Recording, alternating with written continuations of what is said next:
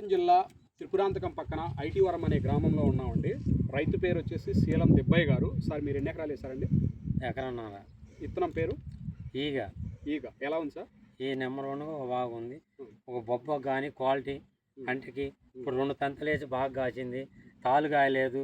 ఈరోజు నల్లికి కానీ తట్టుకుంది. ఇంతలా నల్లి ఎక్కువ ఉండ కంటికి బాగుంది. ఈ ప్రతి రైతు ఈ విత్తనం వేసుకోవచ్చు, ఇబ్బంది లేదు. ఇప్పుడు ఇదే గ్రామంలో నర్సరీ అండి రెడ్డి గారిది. సార్ మీ పేరు సార్? కోటి. మీ నర్సరీ పేరు? శ్రీ వెంకటేశ్వర నర్సరీ. ఏ ఊర్లో సార్? ఐటీవరం గ్రామంలో శ్రీ వెంకటేశ్వర నర్సరీ అండి. రెడ్డి గారు, ఇప్పుడు మీరు ఈ పొలం చూడటానికి వచ్చారు కదా, ఇప్పుడు ఈ సంవత్సరం ఉన్న పరిస్థితుల్లో ఈ వెరైటీ మీకు ఏమనిపించింది? బాగానే ఉంది. ఈ విత్తనం పేరు సార్? ఈగ. సైజు ఉంది, కొంచెం క్వాలిటీ ఉంది. బాగా ఇప్పుడు ఒకసారి ఆ కాపు కూడా చూపించండి అమ్మా.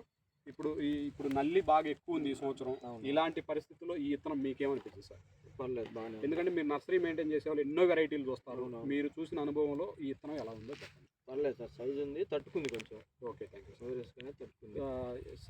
సార్ మీ పేరండి? నా పేరు బాబాయ్. మీది ఈ ఊరేనా సార్? ఐటీవరం. ఇప్పుడు ఈ వెరైటీ ఎలా ఉంది సార్? వెరైటీ పర్వాలేదు. తాలూకు కూడా కొంచెం తట్టుకుంటుంది బాగానే. వర్షానికి కూడా. చెప్పండి సార్. నా పేరు దామసాని ఓబయ్య, ఐటీవరం, త్రిపురాంతకం పక్కన. ఈగ అనే విత్తనం ఇబ్బంది ఏం లేదు. నిమ్మకైనా తట్టుకుంటుంది. వర్ష ప్రభావానికి కూడా తట్టుకునే శక్తి ఉంది దానికి. ఎటువంటి ఇబ్బంది లేదు.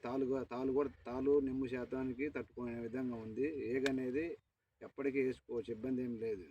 కాయ సైజు, రంగు ఎలా ఉంది సార్? సైజు నెంబర్ 1, క్వాలిటీ బాగానే ఉంది. బాగా కాపుకెళ్ళి కూడా చూపించాము. సాటి రైతులకి మీరు చెప్పే మాట సార్? ఎటువంటి ఇబ్బంది